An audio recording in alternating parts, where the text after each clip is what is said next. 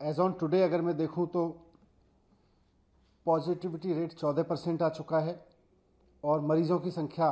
Daily जो मरीज आ रहे हैं उनकी संख्या भी आज घट के 10,400 के करीब रह गई है। तो केसेस तेजी से कम हुए हैं। जितनी तेजी से केसेस बढ़े थे उतनी तेजी से दिल्ली में ऑक्सीजन की डिमांड भी बढ़ी थी, ऑक्सीजन की ज़रूरत भी बढ़ी थी। और अब जबकि केसेस तेजी से नीचे आए हैं तो अस्पतालों में बेड्स भी खाली हुए हैं और ऑक्सीजन की डिमांड में भी कमी आई है। जब ऑक्सीजन की बहुत ज़्यादा ज़रूरत थी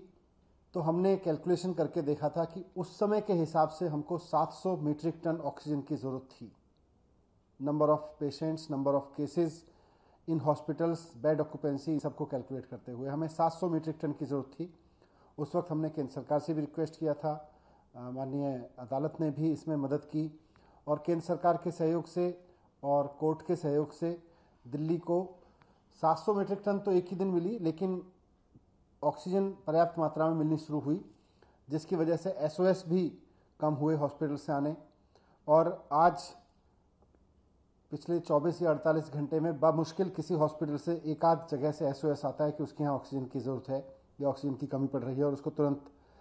अरेंज कर दिया जाता है। हम इस